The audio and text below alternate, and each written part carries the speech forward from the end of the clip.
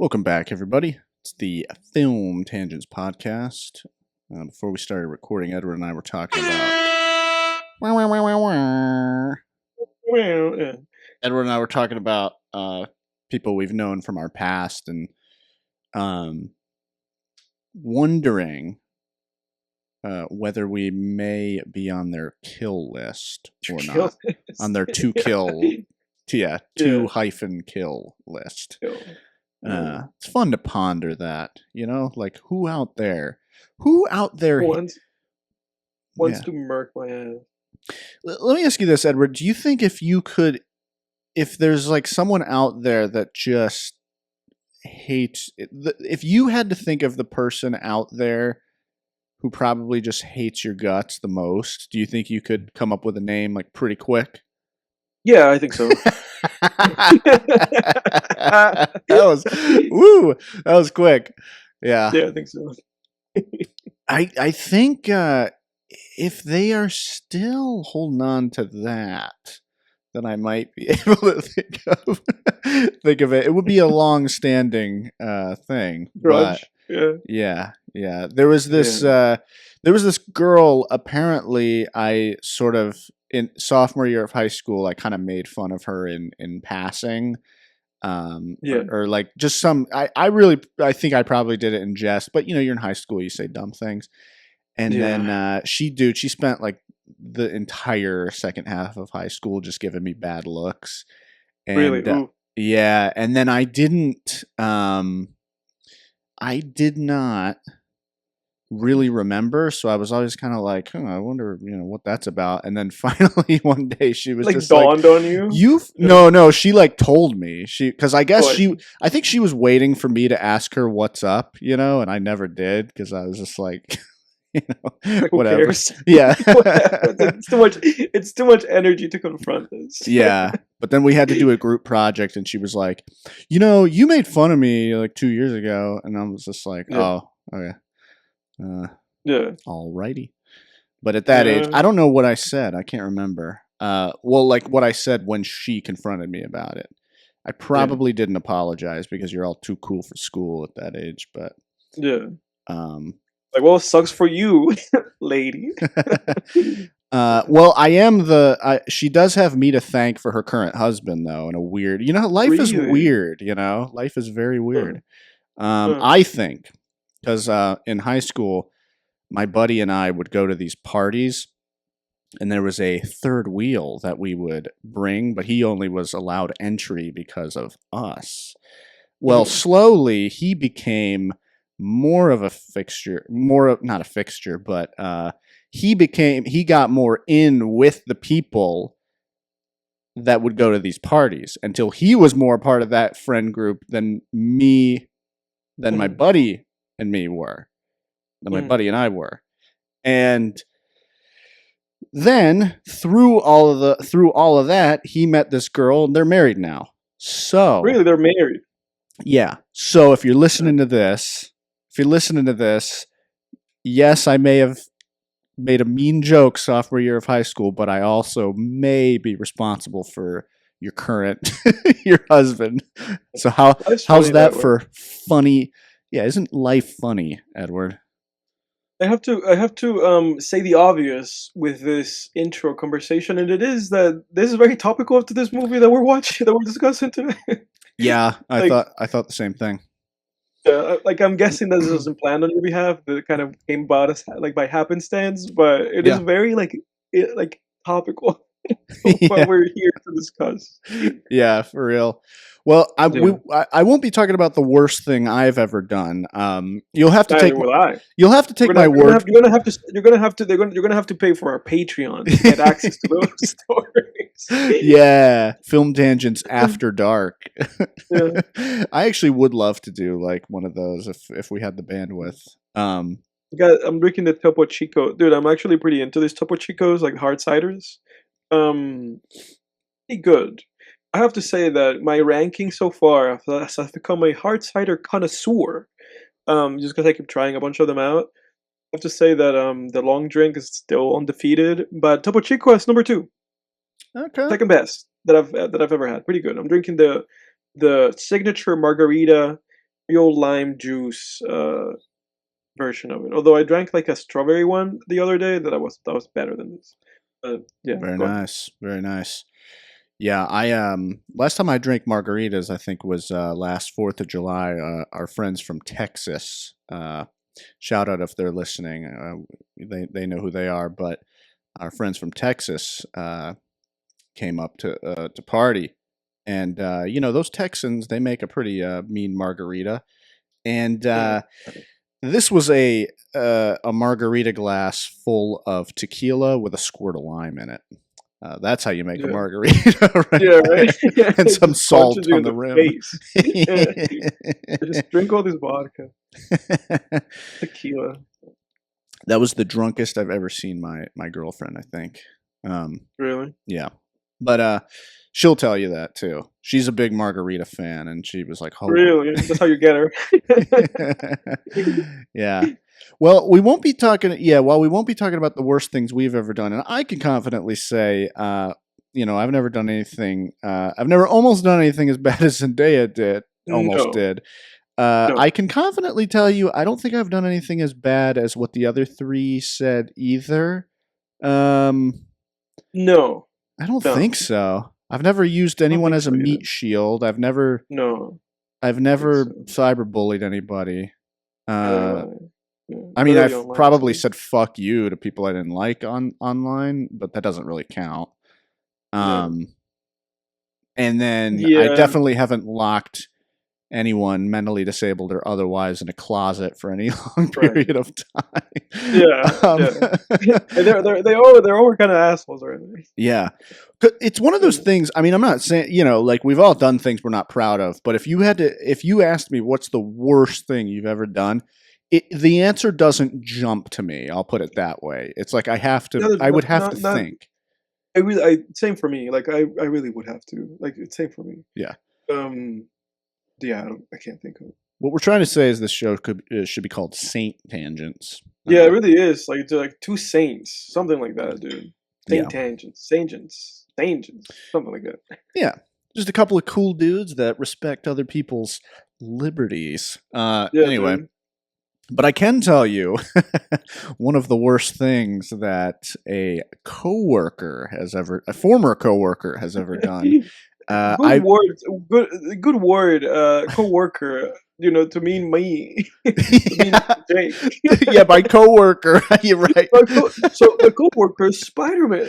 Yeah, I heard Spider-Man was there. Well, that like bit in Spider-Man 2 where he's talking to the doctor. He's like, "Oh, my friend, he is Spider-Man in his dreams." Yeah. Like, oh, okay. Yeah. Yeah, he's like money laundering, but with stories. He's like layering it. He's like, not only was it my dream, it was my friend's It was dream. my friend's dream, and he was Spider-Man. He was Spider-Man in his dream. Yeah, I love the strategy there. He's just layering it behind. But anyway, yeah. So I visited Greenville for about a week and a half, and I linked up with an old coworker from when I worked in a telesales call center, and for an undisclosed company. And there was I learned this when I went on a date with no.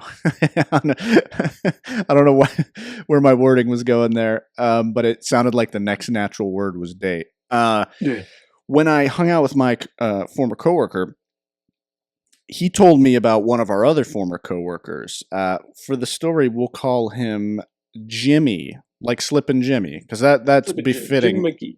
Yeah, that's fitting for this story.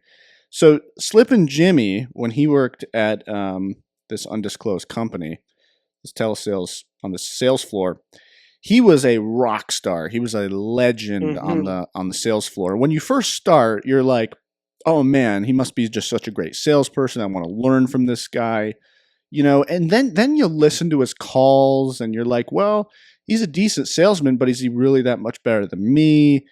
And then you're like, well, what's his strategy? And you never really know that, right?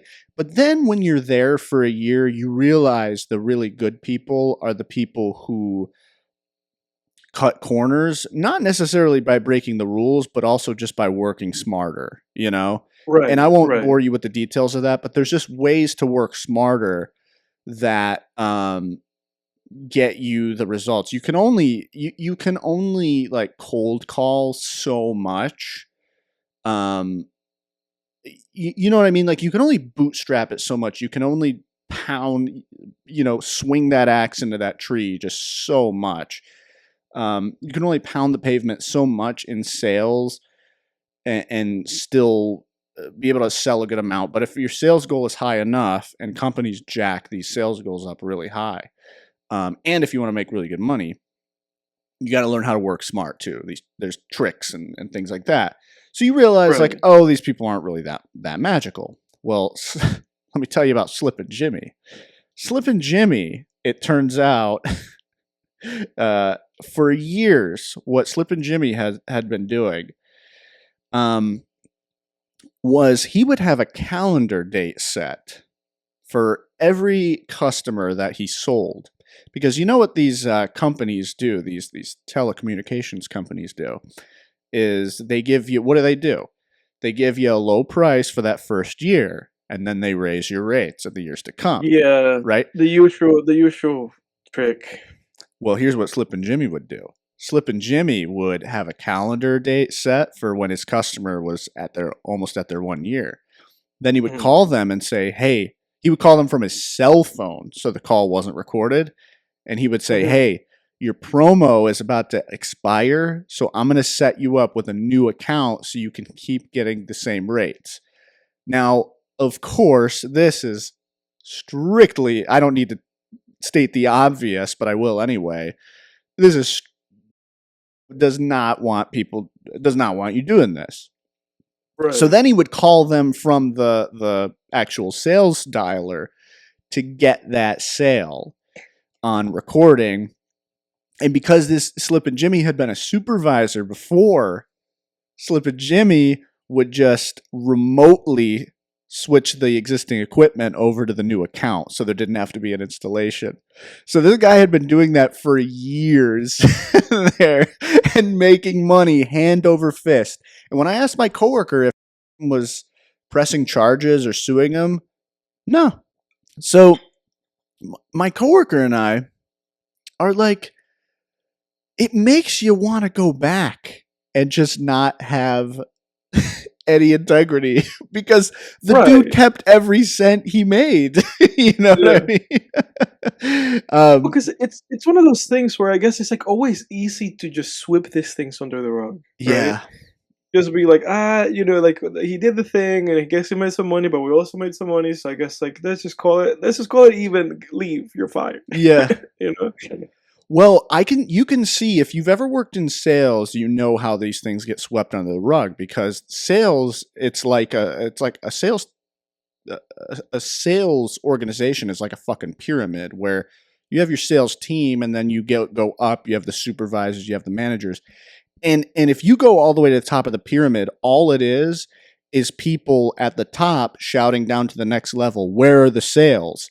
And that just Right. trickles down to the salespeople. So if the supervisor has this awesome salesperson who's putting up numbers constantly for their team every Right. day, like they don't want to say anything about it. They don't want to question it, you know? Mhm. Like, "Oh, they're doing good. They're doing what they're supposed to." Exactly. Yeah. Very, very interesting. So, there's a little transgression for you guys as we get into the movie of the week. But I just thought that was funny Yeah. because it's one of those things where you're like, damn, dude, that's balls, and he just got away with it. He Yeah. kept Yeah. every cent, man. Yeah. Yeah. He probably spent it, but he kept it. At he least, he did. Mm. He was like the ultimate example of creep in finance. For those listening, you probably know what creep is, but in case you don't, it's just basically your lifestyle. As your income goes up, you just increase your spending on your lifestyle. And Mhm. so every fucking red cent that guy would make would just went out the goddamn door on cars Yeah. and whatever it was. So and I couldn't, dude. If I'm making money, I want to fucking keep it, man. I want to put it in Right. savings. I want to invest it, put those dollars to work, man. I don't fucking dude, you can hang on to your night. What? I'm You're gonna go get. gambling. Yeah, you're gambling or your goddamn, nice Yeah. what? Nice lamps, freaking nicer car. Like, come on, man. All this Mhm. depreciating shit. Mhm. I got time for that. Yeah. But Yeah. anyway, as we discuss transgressions here, let's get into the movie of the week. The movie of the week is Alright. The Drama. Edward, Yeah, dude, the drama. I'll let you take it from here, man. I've been blabbering for a while. Well, interesting movie. I feel like this is one of like the hyped up movies of the year, right? Came out around Valentine's Day because of the concept, all the promos, all this like wedding stuff, like the trailers are all this wedding stuff, and like the main like poster for the movie. So it was this big thing, right? Oh, Zendaya, Robert Pattinson, two big A-listers, right? Batman and Zendaya, because Zendaya is kind of herself and everything, but Zendaya. Yeah. Like she is. It's like she's herself in Spider-Man and in Dune and whatever she's in. So it was like, it's like a big blockbuster A24 thing. If you dig deeper below the surface, you can see that it's directed by Christopher Borgli, who directed Dream Scenario, which is a movie that we watched previously on the show. Oh, I had no idea. Yes, this is the director of Dream Scenario with Nicolas Cage. So this is his follow-up to that. Wow. Yeah, and it's interesting, right? Another written directed movie by him. This time, like a big step up, right? He's been taking these leaps in his directorial efforts because before he was just kind of making like indie, like below the water movies that you didn't know about unless you like went out of your way to catch them. And then he made Dream Scenario, which was a big success, and now that propelled him to The Drama, which was also a big success, both critically and commercially. And so we're here. And I found this movie very fascinating from the beginning. And I'll do my usual kind of very quick breakdown technically. I think 235, maybe 239 in terms of aspect ratio, and it looks like they shot it on film. I've not done my due diligence of going on IMDb and checking that. I will do it within this segment. It does look like that. It had But the film noise and then the little mhm, I don't know what you call those blotches that come on screen, but yeah, it looked like celluloid. yeah, those cellular like negative spaces, It looked like and cellulite. yeah, well, very very low hanging fruit, Jay.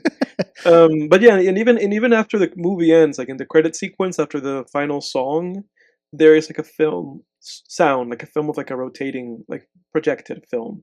So I'm guessing it's shot on film because they go out of their way to kind of like really put that on. And there is definitely like a 90s, like early 2000s thing with this movie. I don't know if you Mm. feel the same way. Like there's like kind of like a 90s, like something that almost recalls back to like 90s movies or shows, even like Friends and stuff like that. Or like Sex and the City, like this kind of like 90s New York emblematic shows. There's like a feel to this movie like that. But Mm. obviously cinematically because it's 235 and it's not boxy like in a TV show. I found those elements interesting. This kind of like throwback aesthetic that the movie had with that stuff, and also with the VHS look that the movie had when it went back to like the flashback sequences to Zendaya's like past. So technically, I found a lot of the movie to be interesting. I also found it to be a little like PTA-y. I don't know if you feel that way, but I found the movie had like a few PTA shots, and by PTA I mean like Paul Thomas Anderson, the director. I don't know how big of like a Paul Thomas Anderson fan the director of this movie is, Mr. Christopher. There was like a PTA feeling to this movie in the steady cam, in a lot of the masters, and in a lot of the way that the camera moved, either panning or tilting. There was like a big had a big feeling, like a Yeah. big PTA feeling, There were because moments with the music too kind of felt Punch Drunk yes, Love esque, yes, particularly yes, like when he's yeah, buying pudding in the grocery store in yeah, Punch Drunk Love. It had a yeah, similar, you hear this chaotic music coming, but nothing that chaotic is necessarily happening on screen yet. So yeah. it kind of like that. If you've seen Yeah. Punch Drunk Love, you know what I'm talking about. Yes, and that's a really good call out. And I'm talking about this before I talk about anything else because I found all of these elements very interesting. They kind of stood out to me very quickly, um, and they were like a big part of the engagement that I had with the movie. Just kind of like the way that it was using the medium and the techniques. I found them really interesting, and I want to dig a little bit deeper into the director, because Dream Scenario and this movie feel completely separate. Like I don't remember Dream Scenario like that clearly in terms of like style, but the stylistic element, the stylistic nature of this movie, like the form of this movie, oh, so distinctive from what I remember Dream Scenario being that it almost feels like two separate directors made each movie. Hmm. So I found that really strange because again, this movie felt very like ETA adjacent, like very like 90s, 2000s, like adjacent, like just reminded me of again guys like PTAs or even guys like Spike Jones. Like I just had this like very vivid like kind of feeling about how he was going about it, but predominantly PTA. Again with the blocking and the masters and the close-ups, it was very like that.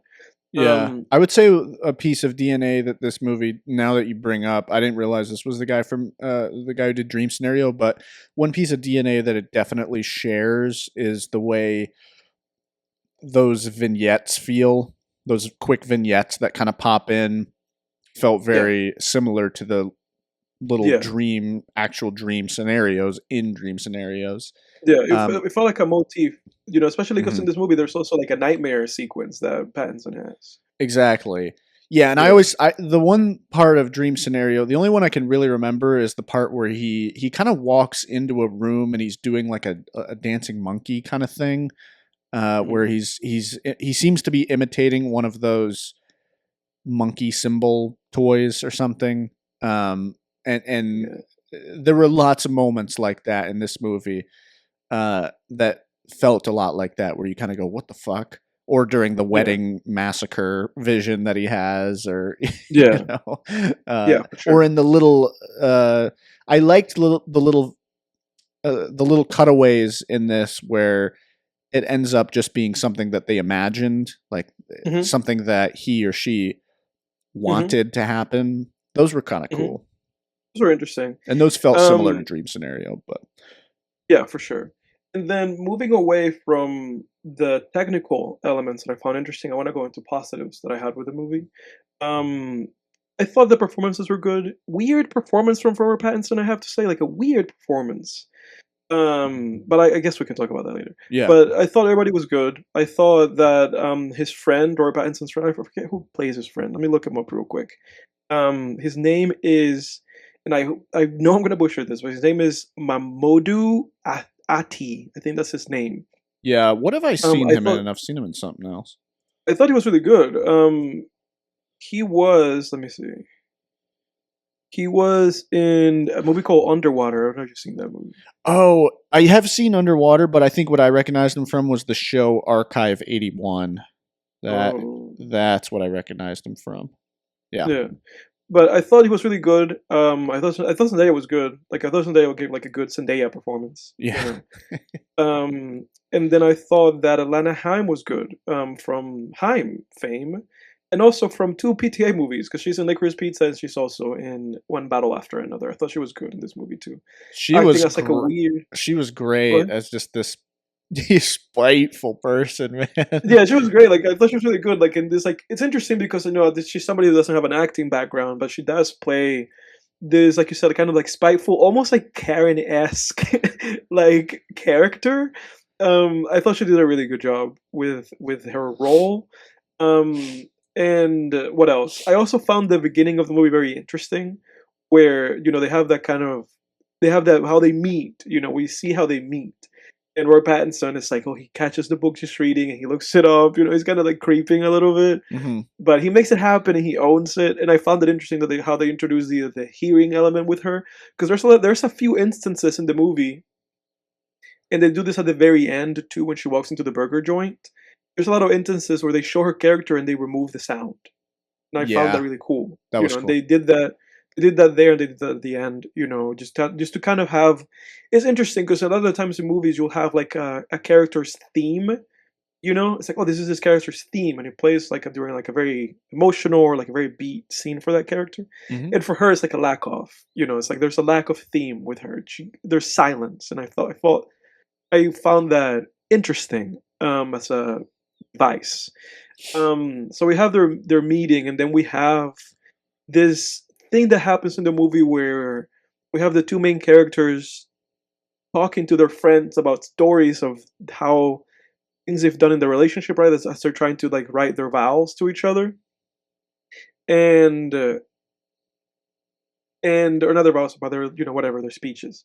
And I found that interesting because the first like 15 minutes of the movie is that is Robert Pattinson talking to his friend, and Zendaya talking to her friends and being like, "Oh, we did this and we did that," you kind of get these like cute moments that kind of endear the couple to you, like how Robert Pattinson talked to her ear that she can't hear from, and he said all these things, how he wants to marry her and all that stuff. Yeah. She couldn't hear him. But you also Go ahead. you also get this undercurrent of suspense because you're like, well, what's going to be the hang up? What is it? Did one of them cheat? The book was a red herring at first. I thought I was like, is that what this is going to be about? Like that he didn't read the book, and he didn't then read the she's book. going Yeah, to it be didn't like, seem, seems like it was like a footnote. yeah, that of course. I'm glad it wasn't that, but I was like, Mhm. oh, is this going to be kind of a lame movie about that? Where that's what spirals out of control. I mean, Yeah, you could make it work. A good writer could make it work, but I would yeah, have for stuck sure. with it. But I was like, okay, that's weird. But I think there were a lot of little red herrings like that throughout those first Yeah. 15 minutes. But they have that, and then like 15 minutes into the movie, then we have the title sequence where they're dancing, which I found that how that whole scene was shot, I found that really captivating. Their like whole dance sequence while the credits roll and then the drama. And then after that, so in the 20 around the 20 to 30 minute mark, we have the inciting incident where they go to the wine tasting and they're there and they bring up that stuff with like, oh, we saw the DJ, and then they kind of all talk about that stuff, and then the drama comes out, which is that Zendaya talks about how she has planned a thing. I'm not even gonna say it. I'm not Yeah. even gonna I'm not even gonna say it. She planned a thing, look up the synopsis where she planned a thing that would eliminate, the people at her school. That's the best way to say that. Um, but yeah, and she admits to that, and then they all freak out. Alana Haim is like, my cousin, was, this happened, and they're all like, oh my god, and then there's like vomiting, and then we go from there, and then the rest of the movie is kind of the characters coming to terms and dealing with this new reality that they are in based on this new information. Yeah. And that being said, like I found all of those things positive. I enjoyed everything. And I want to give it to you. And I want to hear what you have to say. And then I might talk about some negatives that I have. Yeah, sure. Yeah, I was on the edge of my seat during the dinner conversation where they were all revealing the worst thing they've ever done, because I'm like, Mm. what's this building to? Right. I felt like I was it turns you into this kind of giggling schoolgirl almost, where you're like, oh fuck, what is the worst Oh. thing? And the first thing that Robert Pattinson's friend said was pretty bad. And then So you used your girlfriend as like human shield against an animal that was attacking you guys. Like, come on, right? yeah, and Yeah. then the thing that the what was the female friend's name? It The was even hell? worse. Yeah, it was even Alana worse. Himes. Yeah, Yeah, it was Rachel. Rachel. That was even. Let me pull up the cast here, so I got all the character names for you Okay. folks. Um, yeah, It was even Rachel. worse. Rachel's was even worse, and that I think that was critical to her character, because it was showing. It was like, well, you actually did something really bad, Yeah. Yeah. versus just Yes. and she didn't even stop to ask, Emma the questions that Charlie eventually asks her, which are like, Right. hey, what, like, how far did it go? Why didn't you, were Yeah. you real, like, how close was it? How have you Yeah. changed since then? You Yeah, for know, sure. um, Yeah. and Rachel's whole thing, it It shows how, completely just judges her and just cuts her off. Yeah, it's yeah, complete lack of self-awareness. Yeah. yeah, but what she did was something that she actually did. She carried it Yeah. out, and then Yeah, that shows more of her character than Zendaya, for sure. exactly, not stopping to ask any questions. I think the reaction at first is warranted. I don't want to Don't get it misconstrued. I don't think, and especially, I think they wrote Rachel really well too, with the fact that her cousin was in a wheelchair from I've been her sister. from a school incident, and yeah, so it showed that there was she had a personal history with this, and yeah. Let me gather my thoughts here for a quick second. Yeah, I go want ahead. to Go say ahead. this. Like, I want to jump here, and I want to say that I feel like they should have made it like a sibling of hers.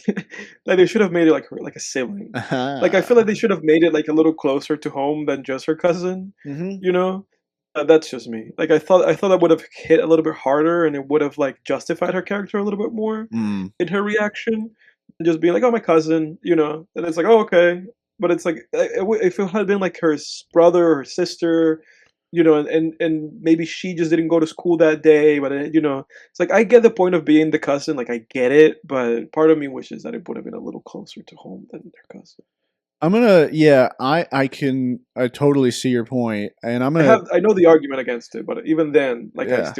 I wish they would have done it otherwise. Oh, do That's you just know me. the argument against it, Edward? Should I just I know not even exactly what you're open gonna my say. mouth? Jay, yeah, I know exactly what you're gonna say, dude. Well, I was going to say it depends on their intention with Rachel, because I don't believe that Rachel. I think it becomes clear about halfway through the movie, and definitely by the time she gives the wedding speech, that this isn't actually real feeling and real reaction Yeah, from Rachel. And I think that's the problem with people like her, is you have these people that what they're judging may be something horrible. They may be right in condemning something, yeah, but then they also have a sadistic side to them, where they then right, for start sure. using that thing as an excuse Yeah, to hurt and to you know to harm people, right? I mean, yeah, I think it becomes the reason I think it becomes very clear at the wedding that Rachel does not actually have as much feeling about this as she tries to put forth is, the little smile she does, the speech. mhm, It's performative. It's she's permanent. enjoying it. She's getting Yeah. off on the power. Yeah, and I Um, agree with you, and, like, that's the argument for it being the cousin, right? Because yeah, it makes that more evident, but even yeah, then, I was like, I would have enjoyed it a little bit more if, like there's an element for me that I feel like it still plays well if you just have it be somebody a little closer to home, but that's it. yeah, yeah. I almost think Rachel it could be a just kind of a metaphor for cancel culture in a way, where Yeah, it's for like, sure. all right, I think you're enjoying the power at this point. Like, holding this over these people, for sure. Yeah, yeah. Yeah. And if you do, then fine, but let's be honest about it. Like, we were talking today, Robert Pattinson is doing a Chris Hansen movie. Yeah. And Yeah, I wholeheartedly believe that by the way, I'm a Chris Hansen fan. I totally condone the work he and those police do. Let's get these fuckers. Let's get these predators. yeah, I also 100%. believe that, you know, first of all, we all get off on enjoying watching, this would be predator come in and not only get their comeuppance, but seeing their life fall apart as it Yeah, for should. sure. But we do, and I wholeheartedly believe, and I think you can see it. We can't. Sure. No one can be in his head, but I think Chris Hansen enjoys the power that he holds over these guys in these moments to an extent. Sure. For sure. Absolutely. It's like a reverse, it's like this like light Yagami thing. This is like the Yeah, second time in a row I think I've referenced it is. Yeah. Samuel. But it is, yeah. Last week it was in reference to Homelander. Yeah, so now it's in reference to Chris Hansen. But it is, isn't it? It's like, it's like there's something fascinating and powerful about that. That has to bring people somewhat of an enjoyment, especially if you're justified, right? It's like, oh, you're justified, Yeah, morally and ethically and societally, you're justified, But yeah, go ahead. exactly. Yeah, and I believe Chris Hansen is justified I do in too. that house to be doing what he's doing. Like, it's his job. He's being paid. The police allow him to be there, and he's getting the information out there. Yeah, People talk about like how they hate that show and stuff. Certain people, anyway, because they think it's this morbid fascination thing, and a lot of people think true crime is kind of deplorable. And my question I don't want to get too far off the topic, but this is just something to chew on. It's like, well, it's like, what are we supposed to do? Not talk about it? Like, what are we Right. supposed to do? Not broadcast it? It's good to. I think it's good to be aware of this stuff. Yeah, like media's out there and it's there to make all this money and profit off of this horrible stuff. But it's like, well, what's your alternative? The police just do their job on the low and nobody knows what's going on in the country, Right. because it's like fucking shocking how many of these guys show up. Um, Bringing it back around though to the movie, um, you'd be hard pressed to convince me that Rachel isn't enjoying the power, I agree. especially at Yeah. that wedding. Yeah. Um, and that does become problematic because it gets to a point where it's like, all right, look, we're separated here by two things. One is a lot of time, 15 years, right? And two, we're separated by thoughts versus actual action. She didn't Right. even do the thing. Um, so, and you're at this person's wedding. They've Yeah. It's invited like you. put that aside. Yeah, yeah, exactly. You're the maid of honor. Like, come on, man. Oh yeah, for sure. But yeah, I thought I found the themes of the movie really interesting though, because Yeah. a lot of movies, like stories, tons and tons of stories explore the idea of escaping your past, right? Mm. But this movie explores it in a very interesting way because many stories ask whether our past actions define us. This one asks if our past almost actions define us, if our past intentions. It's an Yeah. interesting thought For sure. experiment. Like, how close can you come to committing a transgression and still not be held accountable for it? You Yeah. For know? sure. For sure. It's a very fascinating for sure, and it utilizes like a very hot button topic right now, right? Especially in America, like that's like Yeah. like the worst thing, Yeah. So it's pretty fascinating, I have to say. But yeah, go ahead. Well, and it was interesting when Charlie said that scene where Charlie says to her, she's like, "Well, they were talking about a school, school thing, and you Yeah. know, I overheard it." And he was like, "Well, there was one last week, probably. There was one last week, and you're like, Yeah. fuck, dude. I mean, last week there's probably one yesterday, you know." Yeah. Yeah. Um, Yep. so I thought that was a good bit of piece of commentary, social commentary that the director, the writers slipped in there. Mhm. Um, Very clever. Yeah, like I said, I thought not reading the book was going to be the secret at first. Yeah. There was a lot of like good red herrings. Th- It was Yeah. Yeah. interesting to me. Well, you seemed like you were going to say something. I don't want to cut you off. No, I was gonna say that I did, that was interesting, right? Because they did set it up that way, and then they kind of buried it right away. But I want to give you the floor because most of what I have to say. Well, something I wanted to mention too is that I found the interaction that she had, like where when they met with Robert Pattinson, like at that building. I forget what they were doing there, and he's like, "Oh, she had a friend that passed away." He was like giving her like this like pitch, I mean, like let it go, kind of thing. And it was funny because in that exchange, he almost had her.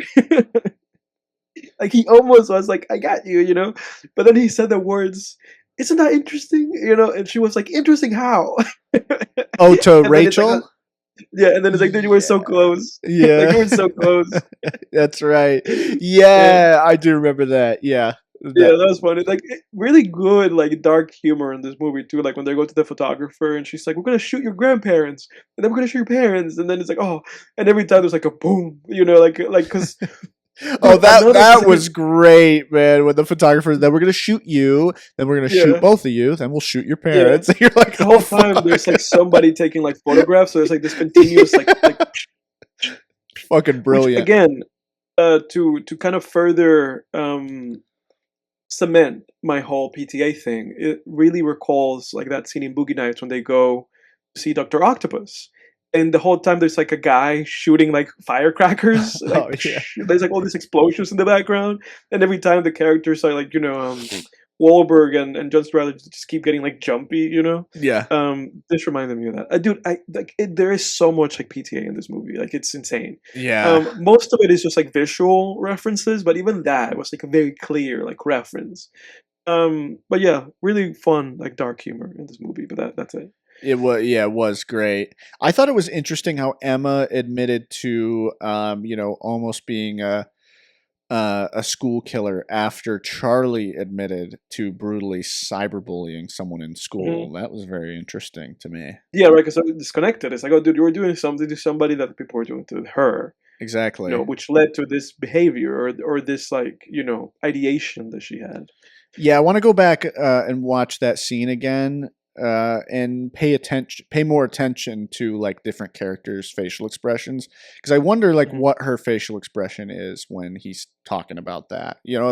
If you can really see if you look closely at the wheels turning, you Mhm. know, Mhm. like maybe she thought that because she was getting bullied, right? I think that it probably brought that to the forefront of her mind.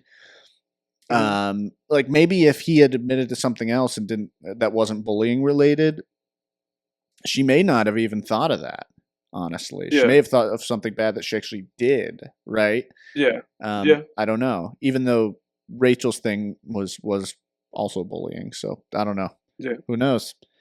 Yeah. Um, yeah, I loved. We talked about the psychological hallucination moments. Those were great. Um, why Emma didn't go through with it serves as a great mystery because even after she reveal, there's still more to learn, through and you have these flashbacks and her talking about it, like what led up to this, how were you going to do it, why were you going to do it, why Mhm. didn't you, what was the aftermath like, what'd you do with the Mhm. gun, all of this Well, stuff. she threw it in like a pond. Yeah, well, no, I know, but I'm saying like the question. These are the questions that pop into your head as you're Yeah, for watching, and sure. and the movie answers them. Yeah. Um, Okay. Okay. I missed that. Okay. yeah, well, Yeah, I missed like, your framing rather. yeah, yeah. I was just saying like the mystery deepens even after that Mhm. reveal. They don't. They spend time on the drama of it all, name of the The movie, drama. but they also keep the mystery going because there's more to learn. Basically, is what I was saying, Mhm. and I think oh shit, I lost my train of thought. Okay. Anyway, the score was fucking awesome. I loved the Yeah. score. Yes. It was great. Yeah. I Oh, agree. I Let me remember. see who did that. I remember what I was gonna say. I think it was during the scene where she was trying to record herself, like her manifesto. When I Mhm. was watching that scene, I thought that what was going to happen was she was going to get caught somehow in that scene. Yeah, I thought so too. I thought so too because I had this like thing like after there was like an actual one, you know, she was like, oh, then there was one. There was like a school thing. Yeah, And then I got rid of, then she got like rid of all of everything. I was like, oh my god. The next thing I thought was gonna happen is that they were gonna like find, that somebody's gonna stumble upon, some kind of evidence. She was like, I'm gonna do this. And that was gonna kind of like blow up. But it didn't. She just became like an activist, which is really interesting. She was like, yeah. no, this is bad. But yeah. Yeah, the movie really fucks with you because it's like it's some of the strongest philosophical conflict I've seen on screen in a while where you're really questioning it. You're like, well, what would I do in Robert Pattinson's situation? And it really just hits you with the like, yeah, this was bad, but she didn't do it, but she became an activist after, but she's normal now, but she Mm. was bullied, like all this stuff, right? And but she was bullied being the weakest of Yeah. the arguments, Yeah. but still, I mean, and I think it was interesting. I think there was probably a version of this idea at some point where the groom was the would be shooter, right? Sure. But they Sure. switched it to the bride, and I think Makes it a little bit more interesting, I think, I would say. it makes it more interesting, and I do think Even if just out of novelty. I think audiences, especially nowadays, are just more willing to extend because it's so rare. Are just willing to extend a female character a little bit more grace. Yes. Where I think Yeah. if you made it the groom, people would be like, "Oh fuck this guy, girl, get out of there, red flag," Mhm. you know. Yeah, for But sure, for sure. I do think that people extend the bride a bit more, um, a tad bit more empathy and potential understanding. Um, yeah. Let me see. Let me look through my notes. Is there anything else in here that I wanted to talk about? Oh, I loved the boardroom conversation between him and his coworker. That was fucking Yeah, great. That was one of the best scenes of the movie because it's like, that's really funny too. yeah, it Yeah. felt like a dialogue between it felt like the best scene as far as the philosophical conflict of the story goes, which is like, he's on the side of for forgiving the past, moving on, accepting this person as, you know, as they are now, right? And Mhm. trusting that they've changed versus his coworker saying no, that's a red flag, so they're on two sides of the philosophical conflict. And I think what's really interesting about Charlie's character is he's a guy who the whole movie he can't make up his own mind about it. Yeah, Even yeah. when she drops the bomb in the dinner scene, he's kind of he keeps looking He's over at looking the around to see how friends. to react. Yeah, it's like, how are these people reacting? Yeah, and How he's does like, this inform me? Yeah, yeah, he's the last one to stop laughing too. Because yeah, he wants to yeah. like be like, oh, this is fine. I mean, she didn't actually do it, right? Like we're still cool. We're still friends here. Um, yeah. So it was very, very interesting. Um, Yes. and then of course him, the wedding, the whole wedding was fucking so painful. I think that was the hardest I've cringed in a very long time, Yeah, it was super. It was yeah, yeah. like But from beginning to end. yeah, I have to say, if unless you have anything else to add about the movie, Yeah, no, like, um, yeah, we can go ahead. I'm gonna just throw some negatives I Yeah, had I have some in too. term, But go ahead. because I even though I praised the performances, I also didn't like them. I had like a weird like positive negative with the performances. Like I thought they did all right, and then Pattinson's performance was like so like weird, like so weirdly like. Well, it just felt like he was like playing some character. Like his like was a nuanced performance, but I had like issues with it, with how kind of like quirky and Mm, and, and funky he was. So I didn't like love his performance. I thought it was like all right, like better than not, but also kind of like funky. And then I guess Zendaya was just Zendaya. Like she just felt like she was Zendaya, and she didn't really have anything that was like challenging or anything like that. It was just another Zendaya performance. yeah. Which is Zendaya performance. It's like kind of like a 6-7, 6-7. you know. I hate this world of these numbers. They come up like all the time. Those two digits, they come up all the time in random conversation. Um, but other than that, I did find the premise like I did find that this thing kind of wore thin on me because I personally didn't care. Mm, Like this is me personally. Like this is Edward. Like I didn't care. Like I didn't care. Like I didn't care. Like I didn't care. Like obviously I did like did you there's an care? element. No, I didn't care. There's an element for me that I was like, okay, I understand Pattinson, and I can empathize with him, and I can kind of see this whole thing. But at the same time, I can't help but think to myself that this is like very kind of like whatever, and very kind of like silly, and very kind of like I don't know, man, like average person on the streets kind of thing. Like that's how I feel. Mm, Like it felt to me like this is like the kind of movie that if you're just like a guy or a girl or whoever, what have you, non-binary person, like it feels like this is the kind of movie that like if you like don't watch movies or like if you don't have like a complex like I don't know, it just felt like a very like I'm gonna use the trigger word here like a very normie movie. Like, Ah, this felt like a super just like normie like movie, and I was just like over it. interesting. Like at some point, I was like super over it, and I knew that Pattinson was eventually gonna be like, I'm over it, and I care for you, and we're married, like I knew it, and it was just like get there and like just get there, like because this is stupid. And at I some point, I wasn't had to so play sure about mental. that. I was sure about it, and at some point, I had to play mental gymnastics with myself, where I was just basically saying to myself, like, well, imagine that for in my world, something worse. Like I'm just gonna use this as like a placeholder or something else, Right. and that can give me some leverage, which I think if you look at the movie through that lens, it kind of gives you more leverage. Because again, I feel like the concept in and of itself is silly. That's what I think. I Mhm. thought it was silly. The movie was kind of silly, and Yeah, so I was just kind of. So by the end, I was just kind of like, whatever, yeah, it is. It's like an oddly specific plot. It's so specific, but not where it's like original, but it is the entire thing just hinges on this one piece of information that's shared. Yes.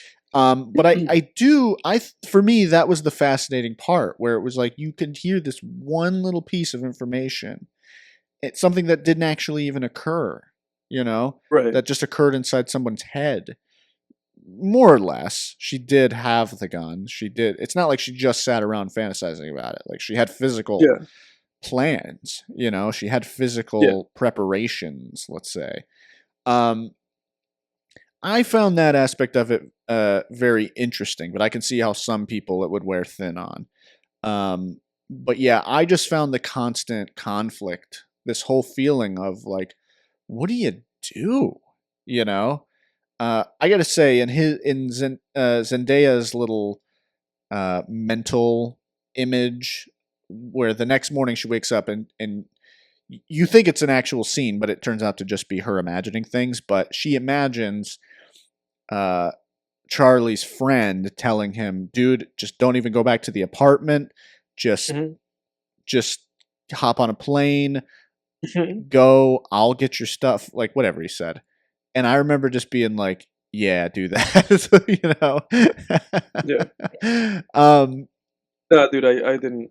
I wasn't with it. That's really where the movie lost me. Like after the 30, maybe 40-minute mark of the movie, I was like, whatever. Let's just so you get didn't over find the it. mystery compelling of how No, of the specifics of it, why she didn't do it, how she no, was because going to do it, all that. no, because no, because I knew it.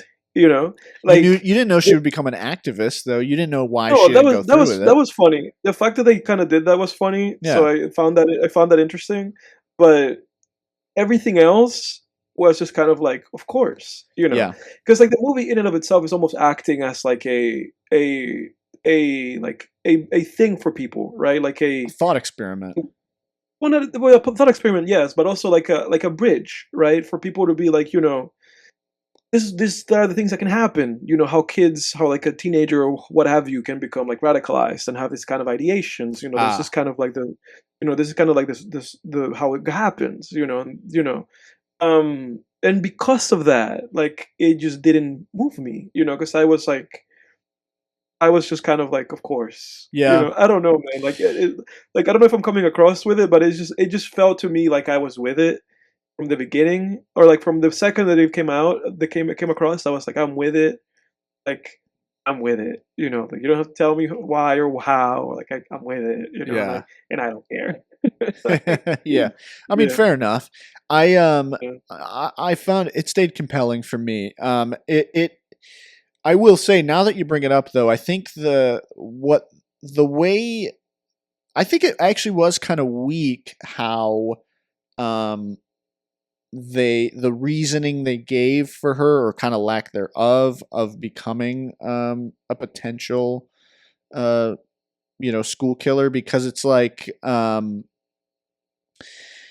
it, not necessarily the reasons, but they didn't delve into the psychology, I don't think, quite enough. And the whole bullying thing was a little weird because it's like if you know anything about this stuff, that's not actually why kids generally do that. I don't think that's kind of a myth. Like, oh, they were bullied, and then they Mhm. come to school and they're like, "Oh, you bullied me, boom! You bullied me, boom!" It's like that. That's not how it Or works. like a It well, a lot of times it's just like a power thing. exactly. Yeah, they fall into the category of there's three types of multiple murders. There's serial killers, spree killers, and mass killers, and they fall into the Mhm, mass, right? And mhm, um, if you get into the reasoning behind it, it's not. It's more, it's more like what you said. It's more of a pathology thing than anything actually specific. It's more of, mhm.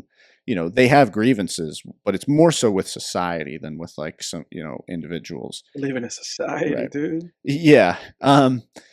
But yeah. I'll say this. Here my main negative for the movie was I don't think they quite stuck the landing. I thought the ending was sort of lame. I don't know. I agree. It was very much like an A24 kind of ending. Yeah, I'm not sure exactly what it's missing because I understood it. I get what they were going for. This whole and they give a hint in the first scene. It's all right there in that first scene when she says, "Do you want Mhm. to start over?" And he's like, Start "Yeah." over. That's the Yeah. concept of the movie, right? Let's start Yeah. over, right? Let's start over, pretend we Giving don't each other another chance, yeah. exactly. And it's also that goes into the actual her starting over after she almost did the horrible, awful Yeah, thing, and then she's like, "No, I'll start over and be a fucking activist." yeah. Um, and but I thought the ending, it just felt, yeah, it felt like Charlie didn't. It felt like we didn't go anywhere with his. It felt like he just started at the same place, which was him being like, "I love you, I don't care," and I almost wanted him to just kind of be like, "Hey, I appreciate you coming here, but like you." Like almost did this thing. I can't, Yeah, like I thought that would have been a better moment in that scene for him to there should have been some realization of like, dude, I need to make up my own mind about this instead of bugging mhm. other people with it and looking for other people's, you know, 'cause it's like it was bothering him. It's like, dude, it's Yeah, it was bothering fine. you. Who cares what this girl in your like office thinks, Mhm, And I'm mhm. not saying that's easy. Like we all seek out the opinions of other people. Sure. Like, hey, I need you. Yeah, Like, I feel this way about this, but like, am I wrong in feeling that way? yeah. But the correct thing to do, I think, is to trust your gut and just be like, this is how I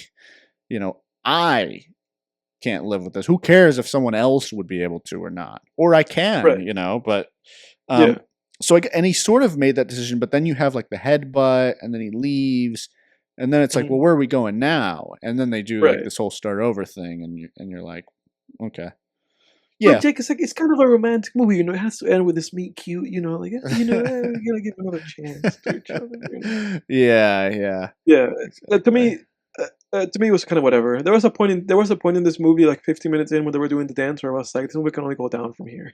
And it's always bad when I say that in a movie. Like I remember when we watched Buster Scruggs, and I was like, Yeah. "This is 10 out of 10 right now, and it can only go down."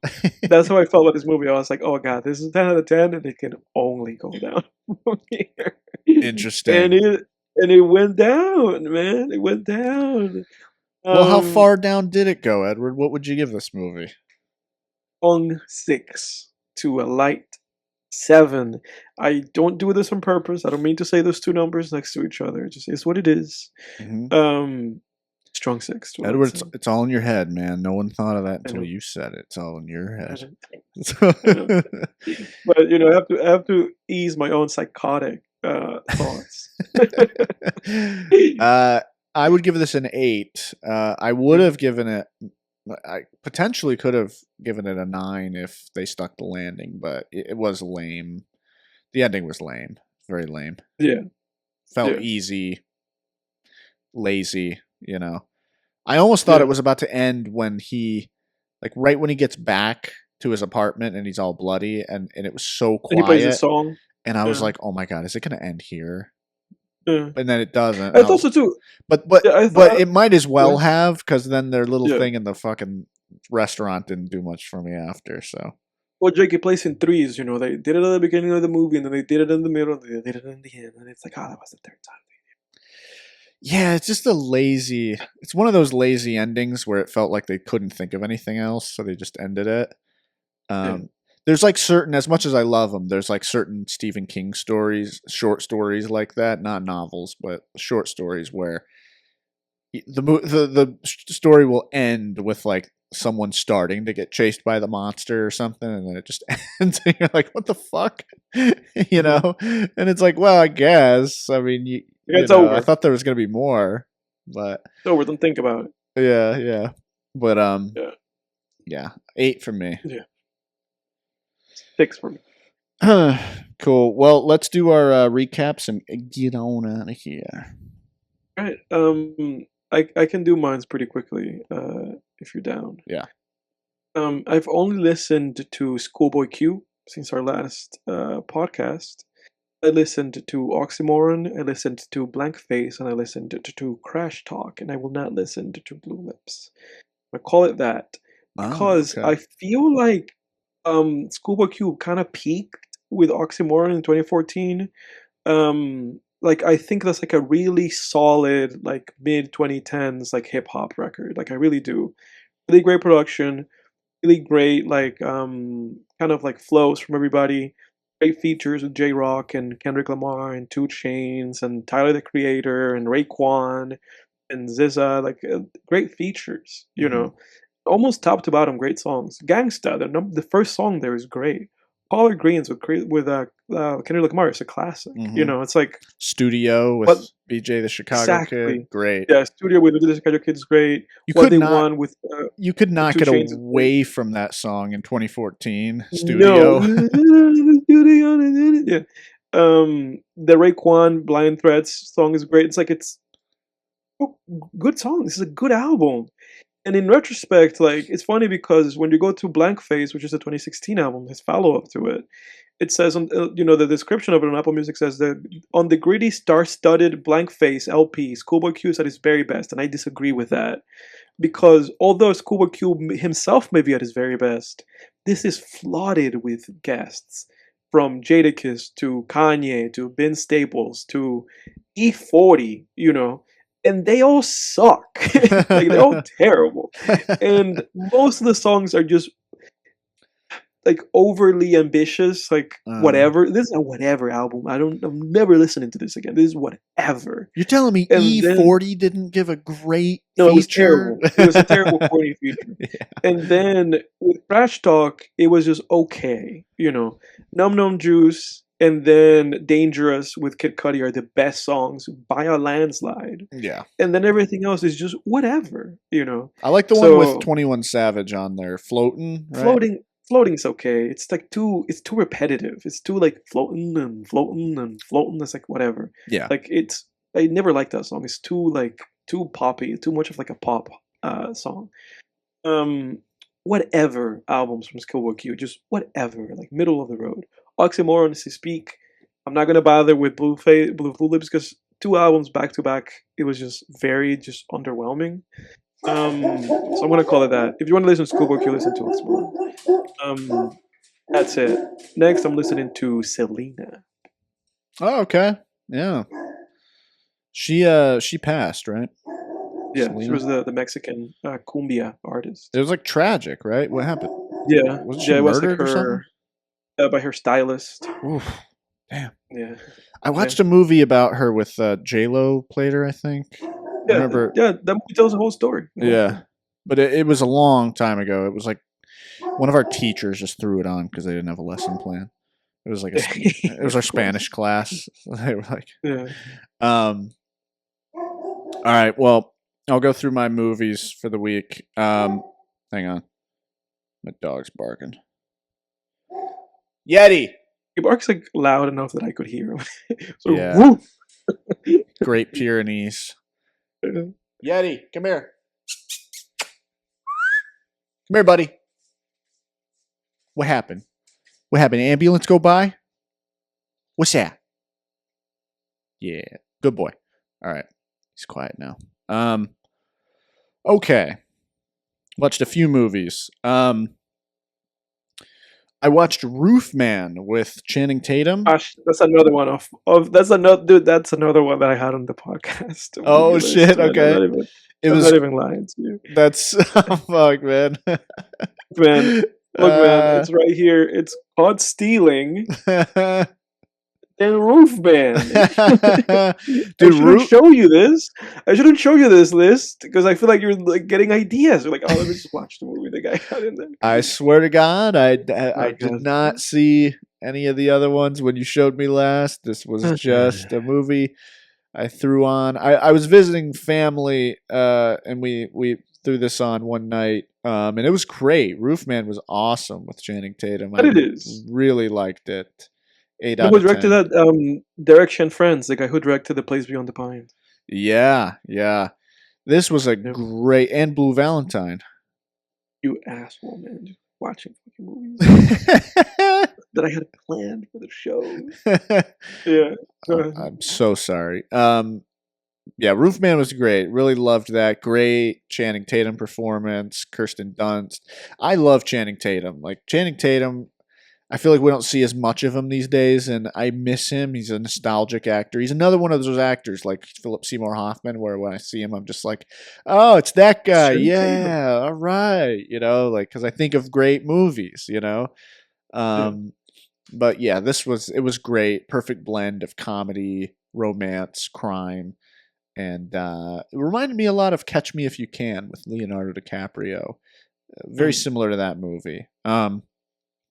Especially, well, you know, definitely in plot. Hard to argue there. And then I watched Sing Sing. Was that another one? You're gonna run out of picks, dude. You're tremendous bastard. Tremendous bastard. Oh shit.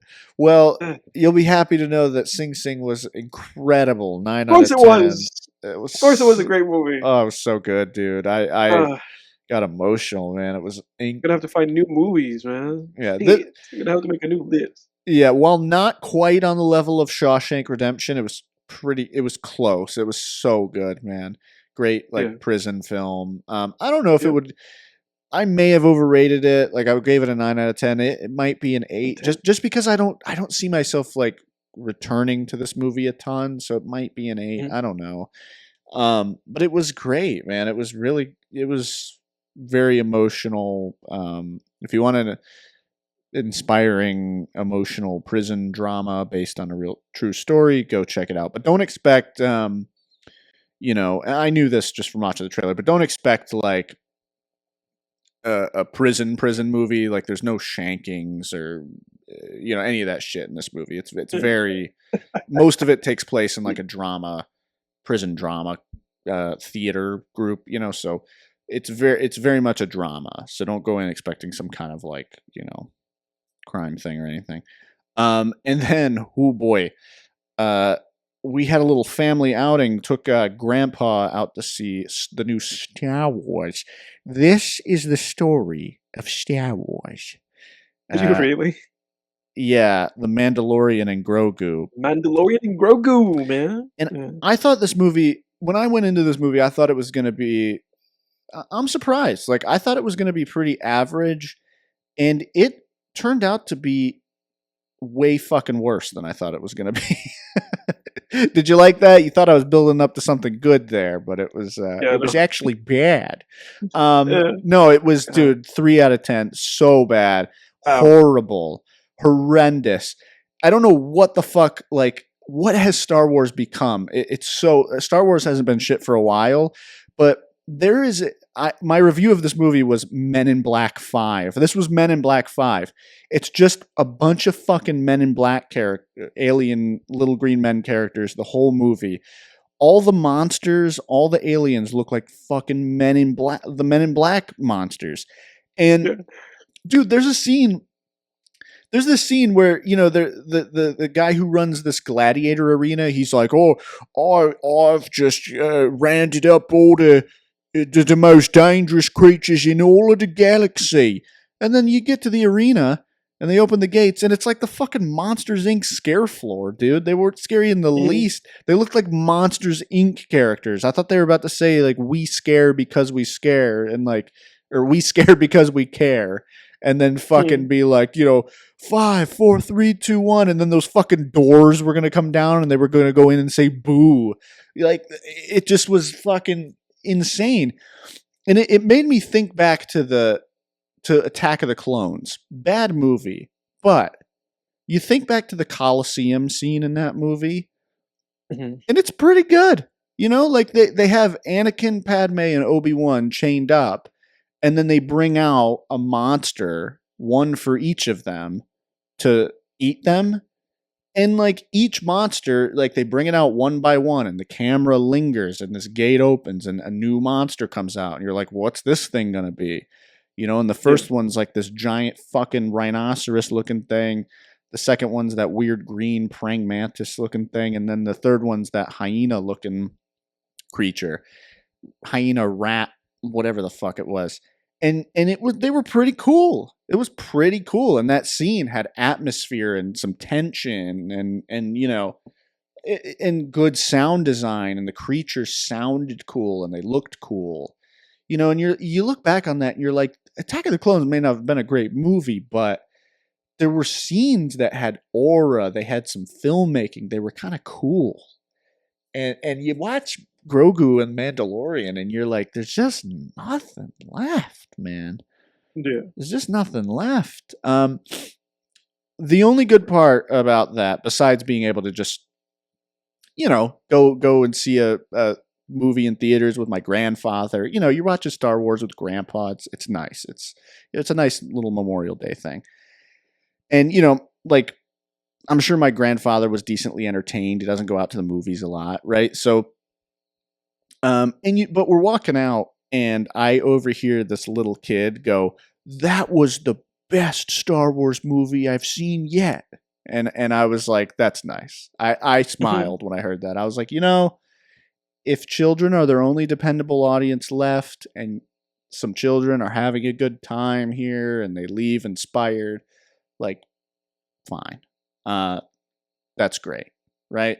Yeah. But unfortunately, I mean, the movie did really great at the box office, and it's kind of sucks because it's like, well, they're just gonna keep fucking making more of these, and I know I'm part of the problem.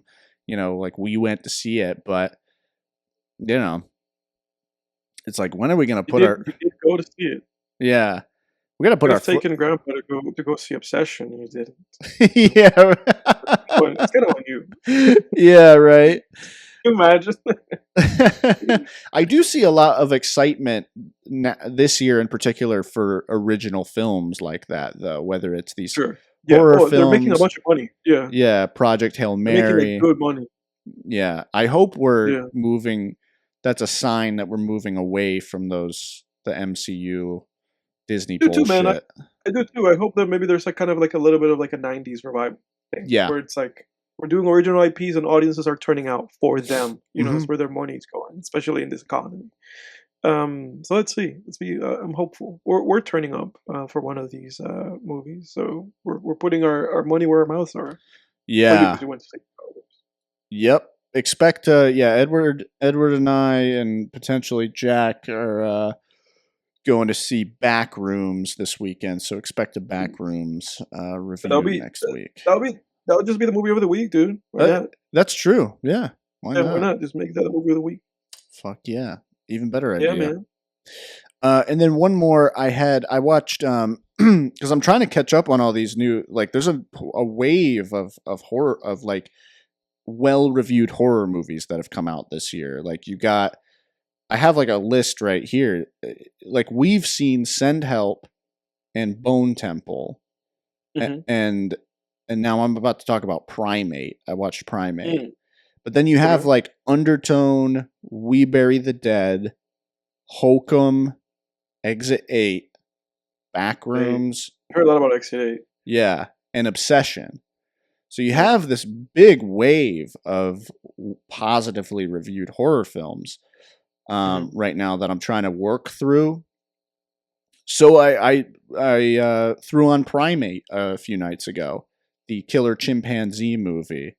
I guess it's been long enough after the face biting incident that happened in the 2000s that they could make a movie about that now. But Mhm. um, I wasn't too impressed. I thought it was like an average horror film, maybe slightly above average in some of the directing. And I gotta say, the chimp costume was fucking pretty good. I saw some people saying like it's so obvious it's a suit in some shots. It's like, dude, that was what are you talking? That was a great costume. I had to look it Mhm. up after, um, after seeing commercials and stuff for it. I'm like, what is that? Is that a CGI chimp? I don't think so. It doesn't look CGI, and they definitely didn't use a real chimp because we've learned our lesson. That's why this movie's being made. Um, but it was a suit, and it looked pretty damn good. And all the people saying like, "Oh, it's so obvious it's a suit in some shot." I'm like, dude, come on, that thing looked fucking incredible. All right, Mhm. so let's enough with that. But yeah, it was pretty generic, but I thought it had strokes of I don't want to say brilliance, but um Good shit. yeah, just strokes of intriguing of promise, right? Of like maybe this director could make something awesome. I Yeah. think this was a guy who did. I think he did. What did he do? Shark Night or something, or it was either Shark Night or 47 Meters Down. One of those. Um, 47 Meters Down. Yeah. So Okay. yeah, so I don't think he's made anything great yet, but we'll see. He Um, did the Stranger sequel too. yeah, that's right. I heard that was pretty bad. Yeah. Yeah, but maybe this is Primate seems like a trend in the right direction. Um, Alright. and should be it. Books wise, I just finished Ray Kroc's autobiography, the guy who didn't found McDonald's, but he built it. Yeah. So that was yeah, that was decently inspiring. I like these bossed up CEO come up stories. They Mhm. juice me up. I will say he fucking zooms past all that drama that went down with the McDonald's brothers. Really? He just completely glosses over that. Oh, dude. I was Then I waiting. got McDonald's and some guys were not happy about it. Yeah. I was waiting for the stuff that we saw in The Founder to be Mhm. spoken about. And then at one point he just goes, I was tired of them getting in my way. So I decided to buy it off of them. And they gave us a big number. And here's how we scrounged, put together the money at chapter 27. And you're like, oh shit, it just fucking zoomed past Yeah, it's like that. that's that for that. Yeah. Yeah. He Or does this get one opened into himself up to, like, some lawsuit or something. Yeah. He does get into like his I thought the interesting chapters were when he gets into his romantic life, like how he fell in love with someone else while he was still married and like then he got divorced from his wife and he remarried someone else, but the woman he was in love with, he reignited that flame years later, so then he dumped that wife. That shit's like interesting. I'm like, all right, okay, this is Yeah. interesting. This guy's being honest. Um, and then I just finished the courage to be disliked, which is I think a Japanese book, but it's a bit of a modern philosophy book, um, just about interpersonal relationships and By Fumitake Koga. Yeah. yeah, and how to be not being self-conscious, not worrying about what other people think of you and how it's really not really any of your business anyway. It was pretty Yeah. insightful, gave me some things to chew on. And that should do it for my recap, sir. Alright, man.